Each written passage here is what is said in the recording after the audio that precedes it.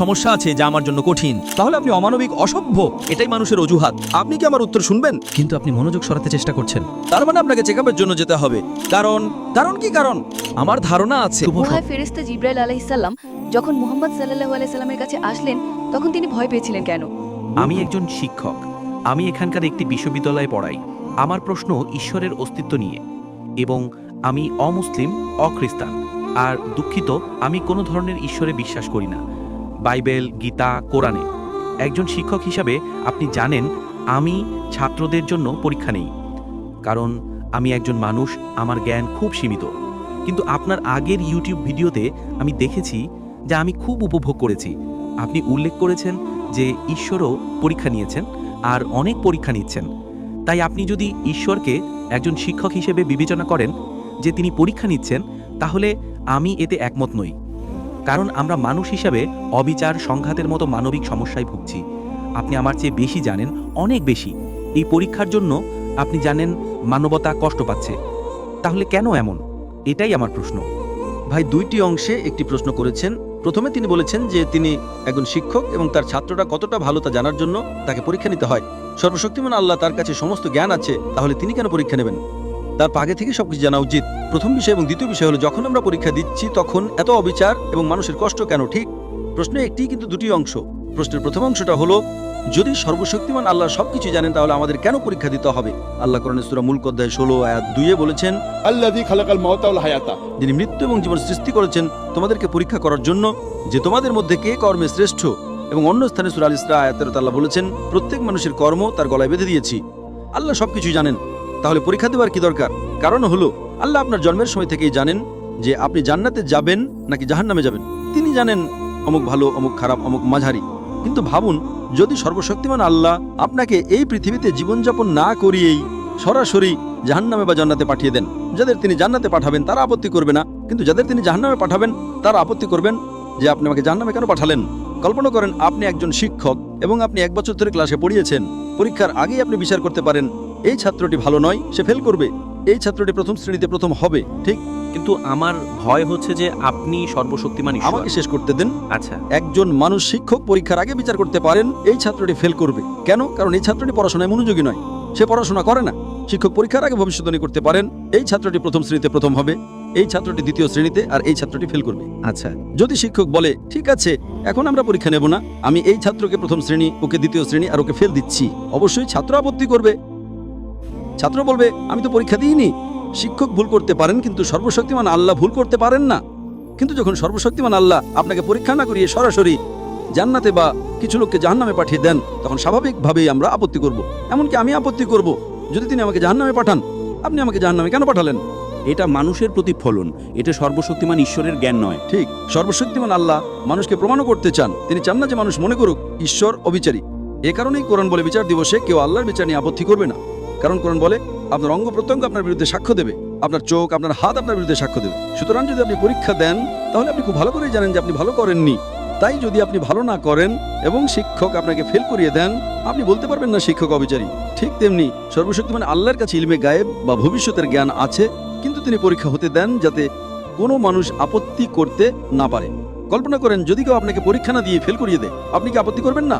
এই কারণেই আপনি জানেন আমার আল্লাহর বিশ্বাস করতে খুব কষ্ট হয়। কারণ ভাই আমি আপনাকে একটা সহজ প্রশ্ন করছি, আপনি একজন মানুষ।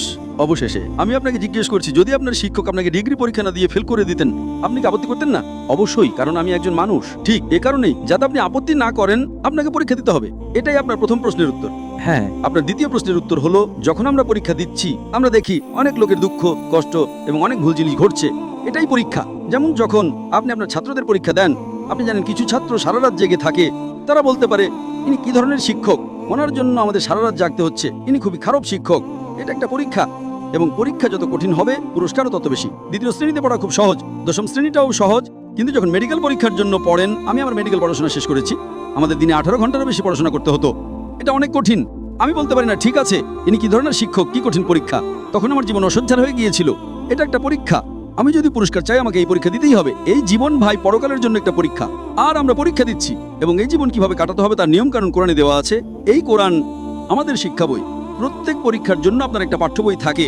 সিলেবাস ছাড়া আপনি পরীক্ষা বসবেন কিভাবে? ঠিক না ভুল? হ্যাঁ, একদম। এই কোরআন হলো নিয়মকানুন, যা আমরা এই পৃথিবীতে দিচ্ছি সেই পরীক্ষার জন্য। যদি আপনি নিয়মকানুন মেনে চলেন তাহলে পরীক্ষায় উত্তীর্ণ হবেন, যদি না মানেন তাহলে ফেল করবেন। যারা সত্যি এই বইটা জানে তাদের জন্য এটা কোনো দুঃখের বিষয় নয়। আমার জন্য জীবন একটা পরীক্ষা, আর আপনার, কারণ আপনি সিলেবাস জানেন না, এ কারণে এটা আপনার জন্য দুঃখের। যখনই আপনি সিলেবাস জানবেন, দেখেন একজন বুদ্ধিমান ব্যক্তি যে প্রথম শ্রেণীতে প্রথম হয় সে উপভোগ করে, যারা মাঝারি এবং ফেল করে তারাই সমস্যায় পড়ে। তাই যদি এই সিলেবাস খুব ভালো করে বুঝতে পারেন এবং যদি সর্বশক্তিমান আল্লাহ আমাদের স্রষ্টার আদেশ পড়েন তাহলে এই জীবন সুন্দর হবে, এটা খুব সহজ হবে এবং জান্নাতে যাওয়ার ফলাফলের জন্য ভালোবাসবেন। আশা করি উত্তরটা পেয়েছেন। আপনাকে অনেক ধন্যবাদ। এবং আমার দ্বিতীয় প্রশ্ন হলো, যখন আপনি দেখেন একটি বাঘ একটি হরিণকে হত্যা করে তার খাবার বানাচ্ছে, তখন কি আপনি খুশি হন? কারণ এটি সৃষ্টি, ঈশ্বরের সৃষ্টি। আপনি জানেন আমরা মানি যে ঈশ্বর সর্বশক্তিমান, কিন্তু আমার প্রশ্ন হলো, যখন একটি বাঘ একটি হরিণকে হত্যা করে তাকে খাবার বানায়, তখন কি আপনি খুশি হন? আগে এই ধরনের সৃষ্টি নিয়ে আমি প্রশ্ন করেছি ঈশ্বরের গুণ কি, ঈশ্বরের দর্শন কি, অনেক উত্তর আছে, কিন্তু সেই উত্তরগুলো স্ববিরোধী। আর আমার মতে একজন কার্টুনিস্ট ঈশ্বরের চেয়ে ভালো। আপনি জানেন কার্টুনিস্ট তারা অনেক চিন্তাশীল, নিখুঁত ধরনের জিনিস আছে। এটাই আমার প্রশ্ন। ভাই বলেছেন একজন কার্টুনিস্ট একজন স্রষ্টা চেয়ে ভালো, কারণ সে একজন নিখুঁত। আর আমি কি একটা বাঘকে হরিণ হত্যা করতে দেখে খুশি হই? এটাই তো। হ্যাঁ, আমাকে এমন একজন কার্টুনিস্টের নাম বলুন যিনি নিখুঁত। অনেক আছে, আমি আপনাকে জিজ্ঞাসা করছি, দয়া করে আমাকে একজন কার্টুনিস্টের নাম বলুন যিনি নিখুঁত। তাকে এখন নোবেল পুরস্কার দিতে হবে। যেমন টম অ্যান্ড জেরিতে সমস্যা ছিল, কিন্তু শেষে আপনি জানেন টম অ্যান্ড জেরিতে নিখুঁত কি আছে? এটা তো বিনোদনের জন্য, শেষে সবকিছু ঠিক হয়ে যাবে। টম অ্যান্ড জেরি কি নিখুঁত? আপনি কি মনে করেন টম অ্যান্ড জেরি নিখুঁত? হ্যাঁ, কার্টুনে অসম্ভব জিনিস সম্ভব করা হয়। তাহলে তো আপনার টম অ্যান্ড জেরির মতো দেখতে হওয়া উচিত। কোনো সমস্যা নেই, তাহলে আপনি টম অ্যান্ড জেরি হয়ে যান না কেন? আপনি ইঁদুর এবং বিড়াল হয়ে যান না কেন? আচ্ছা, আমার প্রশ্ন হলো, আপনি কি খুশি? আপনি কি ইঁদুর হতে চান? এটি নির্ভর করে আপনি কি ইঁদুর হতে চান। এটি নির্ভর করে আমি ইঁদুর হতে চাইবো না। এটি বুদ্ধিমত্তার উপর নির্ভর করে। যদি কোনো মানুষ আমাকে বলে সে ইঁদুর হতে চায়, তাহলে আমি একজন ডাক্তার, আমাকে তার মানসিক অবস্থা পরীক্ষা করতে হবে। আপনি কি ইঁদুর হতে চান? এটা নির্ভর করে, তার মানে আপনাকে চেকআপের জন্য যেতে হবে। আসলে আমার প্রশ্ন হলো, আপনি বলছেন টম নিখুঁত এবং জেরি নিখুঁত, ইঁদুর এবং বিড়াল নিখুঁত, তাহলে আপনি কি ইঁদুর হতে চান? দেখুন, যদি আপনি বুঝতে পারেন যে আপনি ভুল বলছেন, তাহলে আমি দুঃখিত বলুন এবং বিষয়টা শেষ করেন। যদি চালিয়ে যান, যদি ভুল করেন, একজন মানুষ বা ছাত্রের দুঃখিত বলা উচিত নিজের ভুলের উপর অটল থেকে বোকা হওয়ার চেয়ে। আপনি কি বুঝতে পারছেন না? আমি এমন কোনো সুস্থ মস্তিষ্কের মানুষকে চিনি না যে বলবে সে ইঁদুর হতে চায়। আর আপনি একজন শিক্ষক, আপনি ইঁদুর হতে চান? আমি একজন মানুষ, ঠিক, কিন্তু আপনি কি ইঁদুর হতে চান? আমি বললাম নির্ভর করে। আরে কি নির্ভর করে? কারণ আমি একজন ডাক্তার। যদি কোনো মানুষ বলে সে ইঁদুর হতে চায়, আমি তাকে একজন মনোরোগ বিশেষজ্ঞের কাছে পাঠাবো, ঠিক না ভুল? যদি আপনার কোনো ছাত্র বলে সে ইঁদুর হতে চায়, আপনি কি তাকে একজন মনোরোগ বিশেষজ্ঞের কাছে পাঠাবেন না? সেটাও নির্ভর করে। আর আমার প্রশ্ন হলো, আপনি কি খুশি? আরে সেটাও কি নির্ভর করে? জি, আমি প্রশ্নের প্রথম অংশে আসছি। হ্যাঁ, আপনি কি খুশি যখন একটি বাঘ? আমি খুশি যখন একটি বাঘ একটি হরিণকে হত্যা করে। হ্যাঁ, এখন আমার মতে যদি এটাই নিয়ম হয় যে একটা বাঘ কিভাবে বাঁচবে, তাহলে আমি খুশিও নই, দুঃখিত নই। আমার ধারণা আছে আমি খুশিও নই, দুঃখিতও নই, কারণ এটাই তার বেঁচে থাকার উপায়। এটাই মানুষের অজুহাত। আমি সর্বশক্তিমান ঈশ্বরের চিন্তা প্রণালী সম্পর্কে জানতে চাইছি। সর্বশক্তিমান সুন্দর ও দয়াময় ঈশ্বরের চিন্তাকে যখন আমরা মানুষের পর্যায়ে নামিয়ে আনি, তখন এটা একেবারে সীমিত মানব জ্ঞানের প্রকাশ হয়ে যায়। এর জন্য হ্যাঁ, এখন আমার মতে যদি এটাই নিয়ম হয় যে একটা বাঘ কিভাবে বাঁচবে, তাহলে আমি খুশিও নই, দুঃখিত নই। আমার ধারণা আছে আমি খুশিও নই, দুঃখিতও নই, কারণ এটাই তার বেঁচে থাকার উপায়। এটাই মানুষের অজুহাত। আমি সর্বশক্তিমান ঈশ্বরের চিন্তা প্রণালী সম্পর্কে জানতে চাইছি। সর্বশক্তিমান সুন্দর ও দয়াময় ঈশ্বরের চিন্তাকে যখন আমরা মানুষের পর্যায়ে নামিয়ে আনি, তখন এটা একেবারে সীমিত মানব জ্ঞানের প্রকাশ হয়ে যায়। এর জন্য আমি দুঃখিত। আপনি একটা প্রশ্ন করছেন, আপনি কি আমার উত্তর শুনবেন? হ্যাঁ, আমি শুনবো। তাহলে উত্তর শোনার জন্য আপনাকে মুখ বন্ধ রাখতে হবে, কারণ এখানে সমস্যা আছে যা আমার জন্য কঠিন। যখন আপনি প্রশ্ন করেছিলেন কি আমি বাধা দিয়েছিলাম? ঠিক আছে, বলেন। আপনি একজন শিক্ষক, তাই আপনি মনে করেন সবাই শিক্ষার্থী। আপনি কি মনে করেন আমি আপনার শিক্ষার্থী? আমি বোঝানোর চেষ্টা আপনি করছি। প্রশ্ন করেছেন, আপনি কি উত্তরের জন্য অপেক্ষা করবেন না? অবশ্যই, এর জন্য দুঃখিত। যদি আপনি নিয়ম না মানেন তাহলে আপনি অমানবিক, অসভ্য। এটা আপনার কথা। আমি সর্বশক্তিমানের ব্যাপারে খুবই চিন্তিত, কিন্তু প্রশ্ন করার সময় কি আপনি উত্তরের জন্য অপেক্ষা করবেন? কল্পনা করেন যদি কোনো ছাত্র বারবার বাধা দেয় এবং আপনাকে উত্তর দিতে না দেয়, আপনি তাকে কি বলবেন? আপনি তাকে ক্লাসরুম থেকে বেরিয়ে যেতে বলবেন, ঠিক? ঠিক। আপনি প্রশ্ন করেছেন, আমি খুব শান্তভাবে শুনেছি, কিন্তু আপনি মনোযোগ সরাতে চেষ্টা করছেন, কারণ আমি জানি আপনি খুবই চালাক। মুখ বন্ধ রাখুন, নয়তো আমাদের অন্য কাউকে সুযোগ দিতে হবে। আমি খুব দয়ালু ছিলাম। আপনার দুটো বাক্যে প্রশ্ন করার কথা, আমি আপনাকে অনুমতি দিয়েছি, আমি উত্তর দিচ্ছি, আপনি বাধা দিচ্ছেন। বাধা দিয়ে কি আপনি মনে করেন আপনি একজন শিক্ষক আর আমি আপনার শিক্ষার্থী? আপনি প্রশ্ন করেছেন, আমাকে উত্তর শেষ করতে দিন। আমি উত্তর শেষ করার পরে যদি আপনি কিছু বলতে চান, আমি আপনাকে সুযোগ দেব। ধন্যবাদ। জানেন আপনি সবার সময় নষ্ট করছেন। প্রথম প্রশ্নকারী এসে 40 মিনিট সময় নিয়েছিলেন, এখন আপনি আরো 40 মিনিট নিতে চান।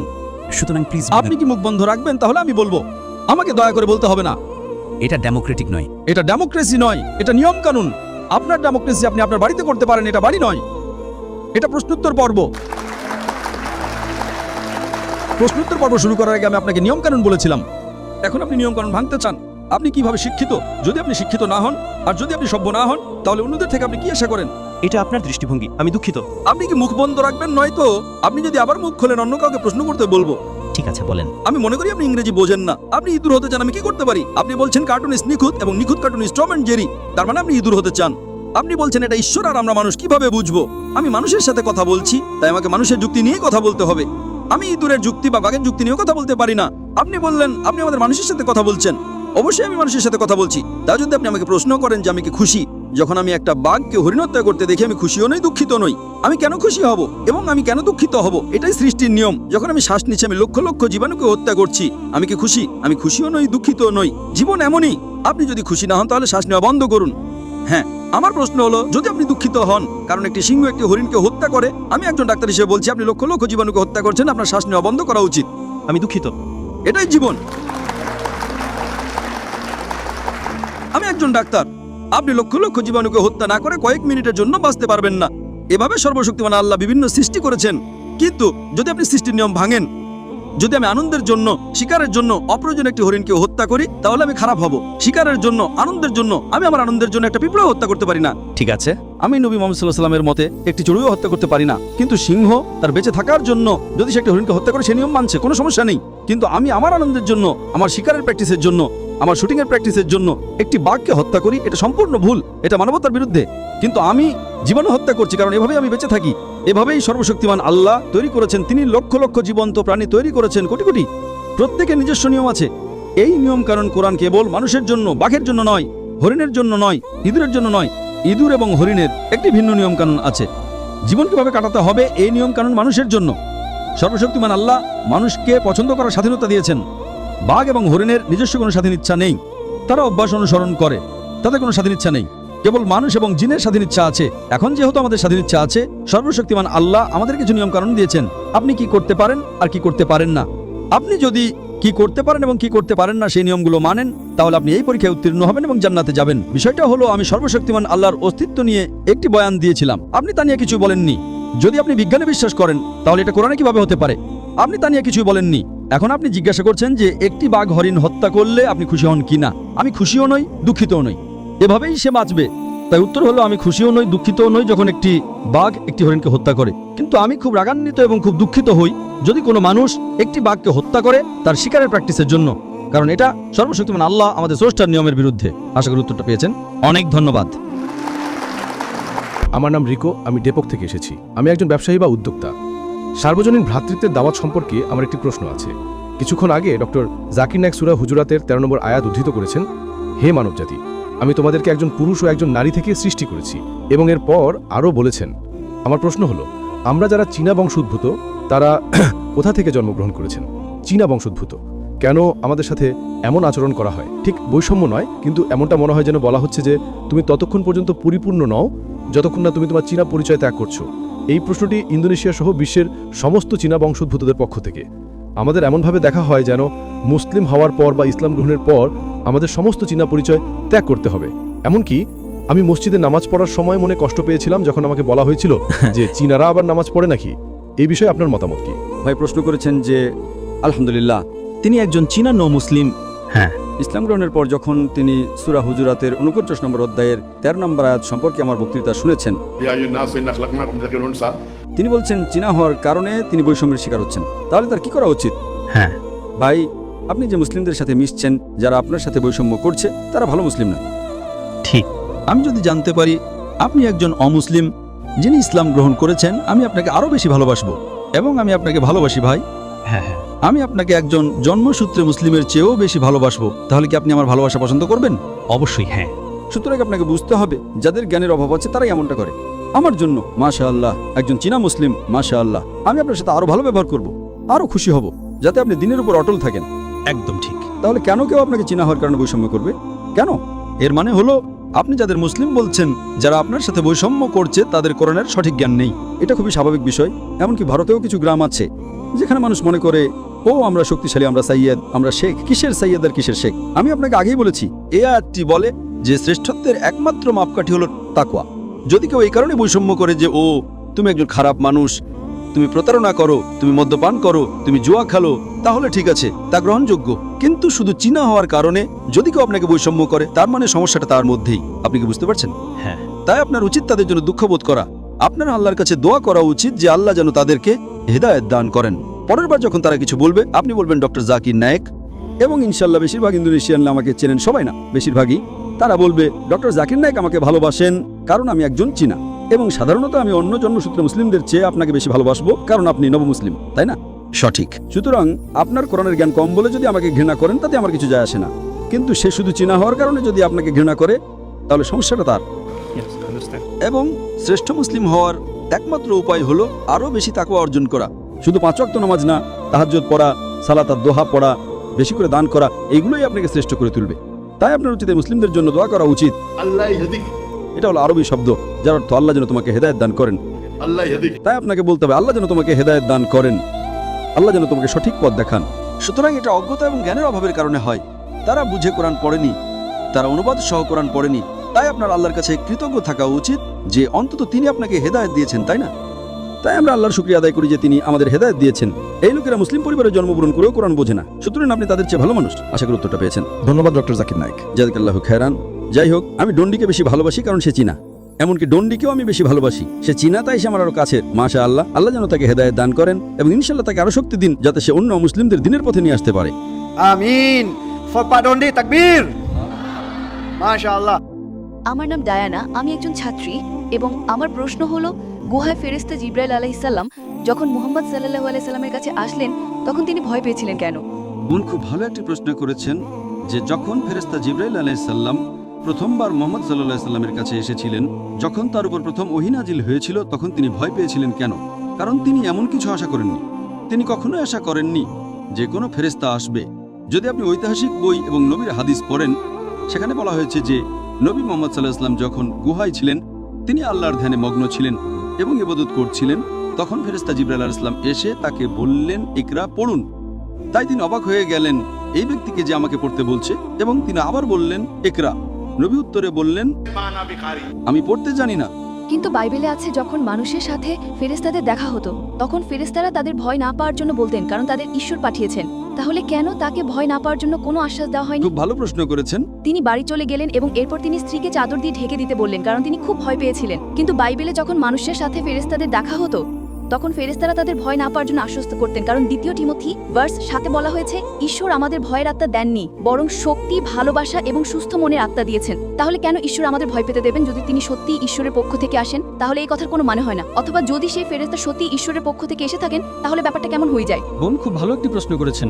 তিনি বলছেন যে বাইবেলে এমন অনেক উদাহরণ আছে যেখানে যখন কোনো ফেরেশতা নবীদের কাছে বা অন্য কোনো মানুষের কাছে এসেছেন, তখন তারা বলেছেন, আমি একজন ফেরেশতা, ভয় পেও না। ঠিক, হ্যাঁ, এই বিষয়টি কোরআনেও উল্লেখ আছে। এটা কোরআনেও উল্লেখ আছে যে যখন ফেরেশতা জিবরাইল আলাইহিস সালাম, ইব্রাহিম আলাইহিস সালাম এবং অন্যান্য নবীদের কাছে এসেছিলেন, তখন ফেরেশতারা বলতেন, ভয় পেও না। কিন্তু এখানে ফেরেশতা জিবরাইল আলাইহিস সালাম নবীকে বলেননি, ভয় পেও না। এই পূর্ববাণী যখন ফেরেশতা জিবরাইল আলাইহিস সালাম নবী মুহাম্মদ সাল্লাল্লাহু আলাইহি সাল্লামকে বললেন, ইকরা, তখন নবী ভয় পেয়েছিলেন। কেন জানেন? কারণ তিনি নিরক্ষর ছিলেন। কিন্তু আমাকে শেষ করতে দিন। যখন ফেরেশতা জিবরাইল আলাইহিস সালাম বললেন, পড়ুন, তিনি বললেন, माना भिखारी। আমি পড়তে জানি না। কেন? কারণ এটা ছিল বাইবেলে করা একটা ভবিষ্যৎবাণীর পরিপূর্ণতা। যদি আপনি বাইবেল পড়েন, Isaiah chapter number 29 verse number 12। তাকে বলা হবে যে নিরক্ষর। এটাই হলো ওল্ড টেস্টামেন্টে একেবারে শেষে চূড়ান্ত রাসূল নবী মুহাম্মদ সাল্লাল্লাহু আলাইহি ওয়াসাল্লাম সম্পর্কে করা একটা পূর্ববাণী। যিশাইয়া অভিমতের পুস্তক অধ্যায় 29 ভার্স 12-তে বলা হয়েছে, সেই গ্রন্থ তাকে দেওয়া হবে যে নিরক্ষর, এবং তাকে বলা হবে, দয়া করে এটা পড়ো, এবং সে উত্তরে বলবে, আমি পড়তে জানি না। এটা ছিল ওল্ড টেস্টামেন্টে পরবর্তী ধর্মগ্রন্থে উল্লেখিত ভবিষ্যৎবাণীর পরিপূর্ণতা। তাই কোরআনে এবং কোরআনের তাফসিরেও আছে, যখন প্রথম ওহী এসেছিল, নবী মুহাম্মদ সাল্লাল্লাহু আলাইহি ওয়াসাল্লাম ভয় পেয়েছিলেন। এর আগে তিনি আল্লাহর রাসূল ছিলেন না। এটা ছিল প্রথম ওহী, যেটা তিনি 40 বছর বয়সে পেয়েছিলেন। এর আগে তিনি একজন ধার্মিক ব্যক্তি ছিলেন, কিন্তু তার উপর নবুয়তি দেওয়া হয়নি। তাই প্রথমবার যখন ফেরেশতা আসলেন, তিনি ভয় পেলেন একজন সাধারণ মানুষের মতো। হ্যাঁ, কিন্তু যদি কোনো ফেরেশতা আপনার বা আমার কাছেও আসেন, আমরাও ভয় পাবো। তাই সেই সময়ে তিনি একজন সাধারণ মানুষ ছিলেন। প্রথমবার যখন ফেরেশতা আসলেন, এবং তাকে বললেন পড়ুন। তিনি ভাবলেন তাকে পড়তে বলা হচ্ছে, কিন্তু তিনি নিরক্ষর ছিলেন, তাই তিনি উত্তরে বললেন, ما أنا بقارئ আমি পড়তে জানি না। তারপর তিনি আবার বললেন, পড়ুন اقرأ পড়ুন। তিনি উত্তরে বললেন, ما أنا بقارئ তৃতীয়বার যখন তিনি বললেন পড়ুন, ইকরা শব্দটি তিনটি অর্থ আছে। একটা হলো পড়া, একটা হলো আবৃত্তি করা, আর একটা হলো ঘোষণা করা।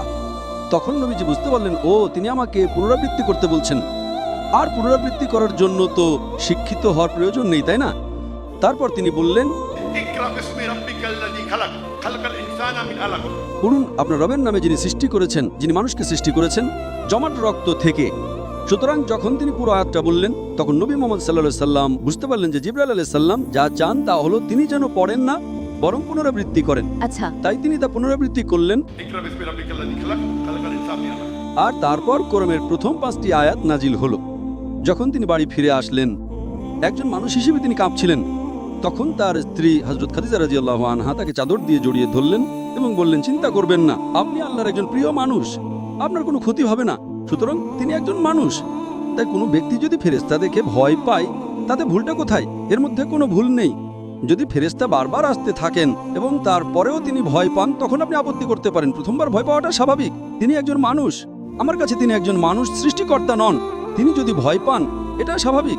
অনেক রাসূল যখন ফেরেশতাদের দেখতেন, তখন তারা ভয় পেতেন। যখন জিবরাইল আলাইহিস সালাম বারবার আসতে থাকলেন, তখন তিনি আর ভয় পেতেন না। তাহলে এতে ভুলটা কোথায়? যেমন মরিয়ম এবং জাকারিয়া, তাদের সাথে কাদের সাথে? মরিয়ম এবং জাকারিয়ার সাথে ফেরেশতা জিবরাইল আলাইহিসসালামের সাক্ষাৎ হয়েছিল। সেটা মুহাম্মাদের সাথে সাক্ষাতের চেয়ে ভিন্ন ছিল। যেমন মরিয়ম এবং জাকারিয়ার সাথে জিবরাইলের সাক্ষাতের পর জিবরাইলের যাওয়ার সময় তাদের কোনো ভয় ছিল না, যা মুহাম্মাদের ক্ষেত্রে হয়নি। সাক্ষাতের পরও তার ভয় জেগে গিয়েছিল। আর ঈশ্বর আমাদের ভয়ের আত্মা দেন না। হ্যাঁ, বোন প্রশ্ন করছেন যে যখন মরিয়াম আলাইহিস সালাম ফেরেশতার সাথে দেখা করেছিলেন এবং জাকারিয়া আলাইহিস সালাম যখন ফেরেশতার সাথে দেখা করেছিলেন, তখন তারা ভয় অনুভব করেননি। ভয় পাওয়াটা হারাম কিছু নয়, এটা ভুল কিছু নয়, এটা মানবীয়। হ্যাঁ, তাই আমার কাছে এটা স্বাভাবিক। তিনি একজন মানুষ, কেউ ভয় পায়, আবার কেউ ভয় পায় না। এখানে আমরা জানতে পারি যে প্রথমবার যখন ফেরেশতা আসেন, তখন নবী মুহাম্মদ সাল্লাল্লাহু আলাইহি সাল্লাম এবং নবী জাকারিয়া আলাইহিস সালাম আর মরিয়ম আলাইহিস সালামের মধ্যে একটি পার্থক্য ছিল। প্রথমত, মাতা মরিয়ম কোনো নবী ছিলেন না। হ্যাঁ, ঠিক, তারা সুসংবাদ দিয়ে চলে যান। এখানে আপনাকে বুঝতে হবে, এটা জরুরি না যে একজন রাসূল যদি ভয় পান সেটা ভুল, অথবা একজন রাসূল যদি ভয় না পান সেটা সঠিক। প্রত্যেক রাসূলই ভিন্ন। যেমন ধরুন, নবী মুসা আলাইহিস সালাম সরাসরি আল্লাহর সাথে কথা বলেছেন, ইব্রাহিম আলাইহিস সালাম বলেননি। তাহলে এটা কি ইব্রাহিম আলাইহিস সালামকে ছোট নবী বানিয়ে দেয়? না। যিশু আলাইহিস সালাম সরাসরি ঈশ্বরের সাথে কথা বলেননি, এটা কি তাকে ছোট নবী বানিয়ে দেয়? না। কোরআন বলে যে ইব্রাহিম আলাইহিস সালাম আল্লাহর বন্ধু, এটা একটা উপাধি। এর মানে কি এই যে অন্য রাসূলরা আল্লাহর শত্রু? না। সুতরাং এগুলো হলো প্রদত্ত উপাধি। প্রত্যেক নবী নিজেই অনন্য। আমরা কেবল তখনই আপত্তি করব যদি এমন কিছু করা হয় যেটা অস্বাভাবিক, বা যেটা সঠিক না, বা যেটা পাপপূর্ণ। তাই ভয় পাওয়া এমনটাই পাপ না। তাই আমার কাছে এটা স্বাভাবিক। আমি একজন ডাক্তার হিসেবে, একজন বুদ্ধিমান ব্যক্তি হিসেবে, যদি একজন মানুষ ভয় পায় আর একজন না পায়, এটা তাকে ছোট বা বড় করে না। হ্যাঁ, কিন্তু এরপরে আপনাকে যা দেখতে হবে, হ্যাঁ, এরপরে আপনাকে দেখতে হবে কে বেশি সাহসী ছিলেন। নবী মুহাম্মদ সাল্লাল্লাহু আলাইহি সাল্লাম জিবরাইলের সাথে যোগাযোগ রাখতেন, এমন কোনো নবী নেই যিনি নবী মুহাম্মদ সাল্লাল্লাহু আলাইহি সাল্লামের মতো জিবরাইলের সাথে এত বেশি যোগাযোগ করেছেন। আপনি কি কোনো রাসূলকে চেনেন? কোনো রাসূল জাকারিয়া, মরিয়ম আলাইহিস সালাম, তারা কি নবী মুহাম্মদ সাল্লাল্লাহু আলাইহি সাল্লামের মতো এত বেশি যোগাযোগ করেছেন? না। না। সুতরাং এই যোগাযোগ আল্লাহর উপর নির্ভর করে। তাই যদি দেখেন, জিবরাইল আলাইহিস সালামকে সর্বশক্তিমান আল্লাহ বিশেষভাবে নবী মুহাম্মদ সাল্লাল্লাহু আলাইহি সাল্লামের কাছে ওহী পৌঁছে দেওয়ার জন্য বেছে নিয়েছিলেন। অন্যদের কাছে তিনি কম এসেছেন, নবী মুহাম্মদ সাল্লাল্লাহু আলাইহি সাল্লামের কাছে তিনি বেশি এসেছেন। সুতরাং যদি আপনি পুরো জীবন দেখেন, অবশ্যই নবী মুহাম্মদ সাল্লাল্লাহু আলাইহি সাল্লাম অনেক বেশি যোগাযোগ করেছেন। তিনি তার সাথে আরও অনেকবার কথা বলেছেন। যদি আপনি হাদিস দেখেন, অন্য যে কোনো রাসূলের চেয়ে বহুগুণ বেশি। কেন?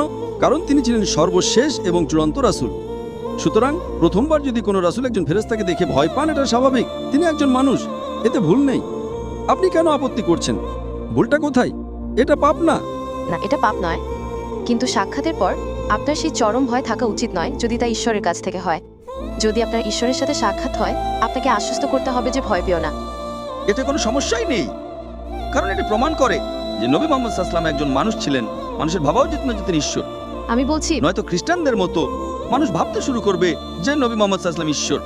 আমি মনে করি এটা ভালো। তাই যদি একজন মানুষ ভয় পায় এবং তারপর বিশ্বাস করে, এতে কোনো সমস্যা নেই। তিনি আপনার এবং আমার মতো একজন মানুষ। সুতরাং সকল নবী মানুষ ছিলেন। তাই আপনি যে শর্ত দিচ্ছেন যে তার ভয় পাওয়া উচিত নয়, সেটা আপনার শর্ত, এটা ঈশ্বরের শর্ত নয়। আপনি কি বুঝতে পারছেন? তাই আমার কাছে যদি কোনো মানুষ ঈশ্বর হন, ঈশ্বর ভয় পেতে পারেন না, সুতরাং এটি প্রমাণ করে যে তিনি ঈশ্বর নন। আর এ কারণে আমাদের কালেমাতে আশহাদু আল্লা ইলাহা ইল্লাল্লাহ ওয়া আশহাদু আন্না মুহাম্মাদান আবদুহু ওয়া রাসূলুহু। তখন আমরা বলি যে তিনি আল্লাহর বান্দা। তাই এই সমস্ত কাজ প্রমাণ করে যে তিনি একজন মানুষ। আমি মনে করি এটা একটা চমৎকার উদাহরণ যে ঈশ্বরের সকল রাসূল মানুষ ছিলেন, তারা ঈশ্বর ছিলেন না। নয়তো অনেক খ্রিস্টানের মতো তারা ভুলভাবে ঈশ্বরকে, দুঃখিত, যিশুকে ঈশ্বর বলে ডাকে। বোন, আপনি কি বিশ্বাস করেন যে যিশু ঈশ্বর? হ্যাঁ। আপনি কি বাইবেলের কোথাও থেকে একটাও প্রমাণ দেখাতে পারবেন যেখানে যিশু খ্রিস্ট আলাইহিস সালাম নিজেই বলেছেন যে আমি ঈশ্বর, অথবা যেখানে তিনি বলেছেন আমার উপাসনা করো? না, এমন কোনো সরাসরি অনুচ্ছেদ নেই যেখানে তিনি বলেছেন যে আমি ঈশ্বর, আমার উপাসনা করো। এমন কোনো সরাসরি অনুচ্ছেদ নেই। আমি শুনতে পাচ্ছি না বোন। এমন কোনো সরাসরি শ্লোক নেই যেখানে যিশু বলেছেন আমি ঈশ্বর, আমার উপাসনা করো। খুব ভালো, খুব ভালো, কিন্তু তিনি নিজকে খুব ভালো। তার মানে বোন স্বীকার করেছেন যে বাইবেলের কোথাও এমন একটি উক্তি নেই যেখানে যিশু খ্রিস্ট আলাইহিস সালাম নিজেই বলেছেন আমি ঈশ্বর, তবুও আপনি তার উপাসনা করেন। সরাসরি এমন কিছু নেই। তার মানে আপনি যিশু আলাইহিস সালামকে অনুসরণ করছেন না। যিশু আলাইহিস সালাম বলেছেন আমি নিজে থেকে কিছুই করতে পারি না, আমি যেমন শুনি তেমন বিচার করি, এবং আমার বিচার ন্যায়, কারণ আমি আমার ইচ্ছা খুঁজি না, বরং আমার পিতার ইচ্ছা খুঁজি। সেই তরুণ ছেলেটি যে বক্তব্য দিয়েছিল ঠিক একই, কিন্তু সে বুঝতে পারেনি, তার সমস্যা ছিল, জানেন তো। কিন্তু অনেক শ্লোকে তিনি বলেছেন যে আমি ঈশ্বর। সরাসরি না হলেও তিনি বলেছেন যদি তোমরা আমাকে ভালোবাসো তবে আমার আদেশ পালন করবে। বোন, আপনাকে সকল রাসূলের আদেশ পালন করতে হবে, শুধু যিশুর, ঈসা আলাইহিস সালামের কেন? ইব্রাহিম আলাইহিস সালাম, মুসা আলাইহিস সালামের কি তাদের অনুসরণ করতে হবে না? ইব্রাহিম আলাইহিস সালাম কি ঈশ্বরের রাসূল ছিলেন না? মুসা আলাইহিস সালাম কি ঈশ্বরের নবী ছিলেন না? তিনি ছিলেন। তাহলে কি আপনাকে আদেশ পালন করতে হবে না? হ্যাঁ। তাহলে পার্থক্যটা কোথায়? যিশু আলাইহিস সালাম একজন রাসূল ছিলেন, আমরা তাকে ভালোবাসি, আমরা তাকে সম্মান করি, কিন্তু আমরা তার উপাসনা করি না। আমি তার উপাসনা করি। আপনি কেন তার উপাসনা করেন?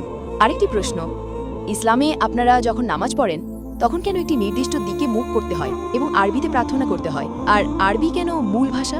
বোন, যদি আমি আপনার প্রশ্নটি ঠিকমতো শুনে থাকি, আপনি বলেছেন যে আপনারা যখন নামাজ পড়েন তখন একটি নির্দিষ্ট দিকে ফিরে নামাজ পড়েন। হ্যাঁ। আমরা কেন সেই দিকে ফিরে নামাজ পড়ি, এটাই কি আপনার প্রশ্ন? হ্যাঁ। খুব ভালো প্রশ্ন।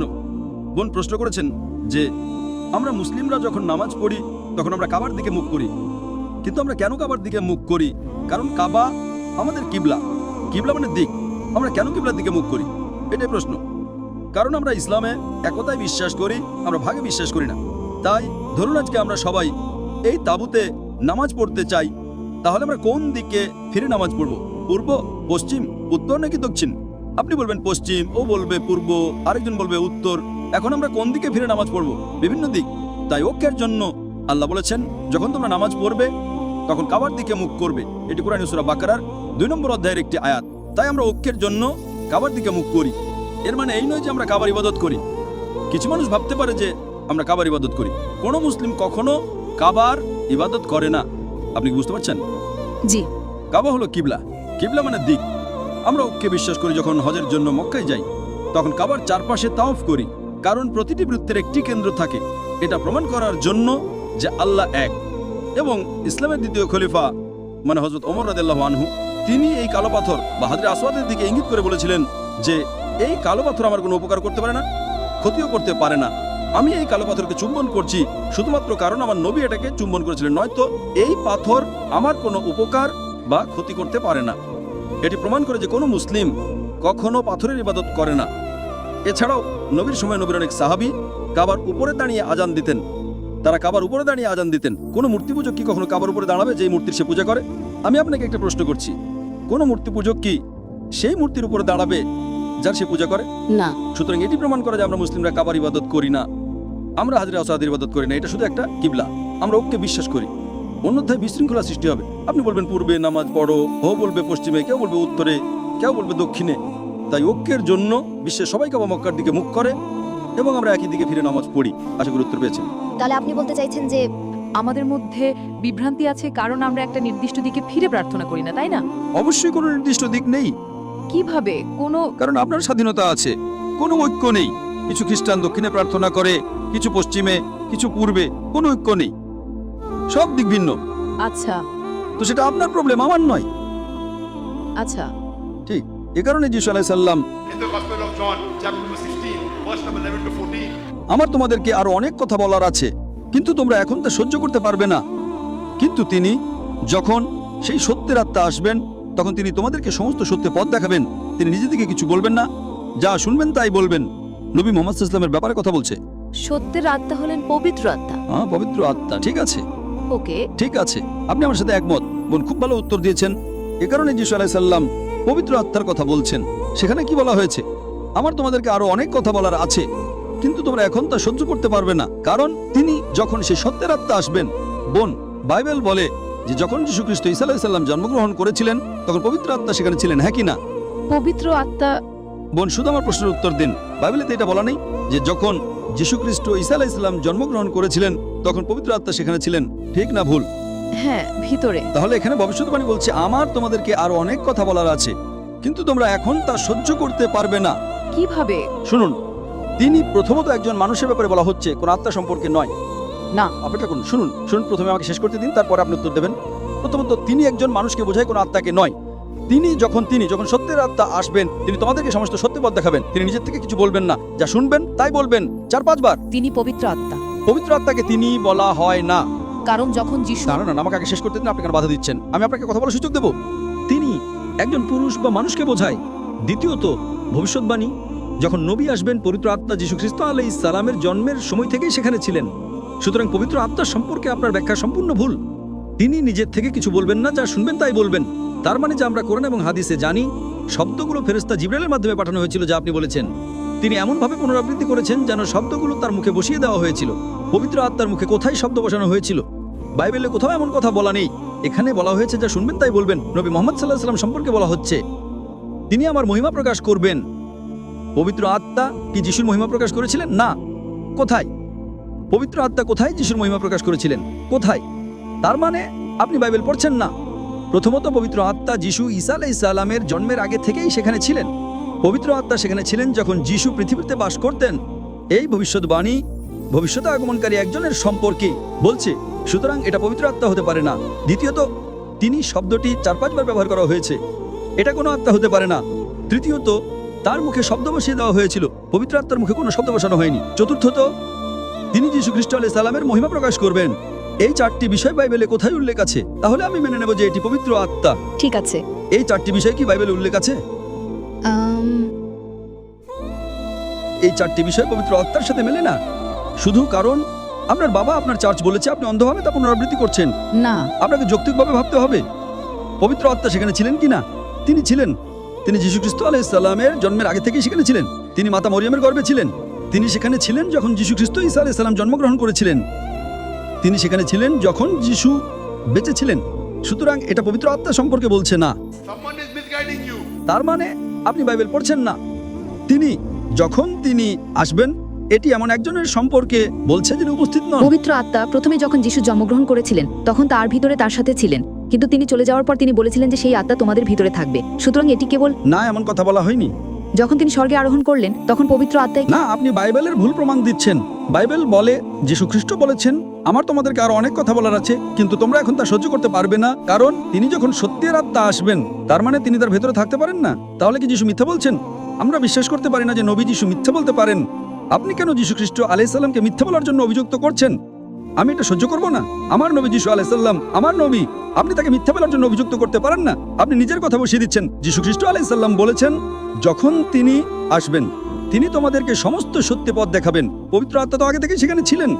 তাহলে আপনি কেন যীশু খ্রিস্ট ঈসা আলাইহিস সালামকে ভুল বুঝছেন? তিনি নবী মুহাম্মদ সাল্লাল্লাহু আলাইহি ওয়াসাল্লামের ভবিষ্যৎবাণী সম্পর্কে বলছেন। না না না, আমরা ঈশ্বর, পিতা ঈশ্বর, পুত্র ঈশ্বর এবং পবিত্র আত্মা ঈশ্বর। আমরা তাদেরকে তিনি ব্যক্তিবাচক তিনি হিসেবে উল্লেখ করি। কোথায় তিনি? কোথায় উল্লেখ আছে পিতা ঈশ্বর, পবিত্র আত্মা? বাইবেলের কোন পদে এমন কথা বলা আছে? যখন যিশুকে দীক্ষিত করা হয়েছিল। বাইবেলের কোন পদে এমন কথা বলা আছে? আমি আপনাকে উত্তর দেওয়ার সুযোগ দিচ্ছি, কারণ আপনি সেই তরুণ ছেলেটির মতো নন। আমি আপনাকে বোঝানোর চেষ্টা করছি যে যীশু খ্রিস্ট আলাইহিস সালাম বাইবেলে স্পষ্টভাবে নবী মুহাম্মদ সাল্লাল্লাহু আলাইহি ওয়াসাল্লামের ভবিষ্যৎবাণী সম্পর্কে উল্লেখ করেছেন। ঠিক আছে, খুবই স্পষ্টভাবে। কিন্তু আপনি কেন বুঝতে পারছেন না? কোথায় বলা হয়েছে পবিত্র আত্মা? পবিত্র আত্মা তো আগে থেকেই সেখানে আছেন। তাহলে আপনি কেন ভুল পথে পরিদর্শিত হচ্ছেন? আমি ভুল পথে পরিদর্শিত নই। এটা স্পষ্ট ইংরেজি বোন, এবং আমার মনে হয় আপনার ইংরেজি খুব ভালো, সেই তরুণ ছেলেটির মতো নয়।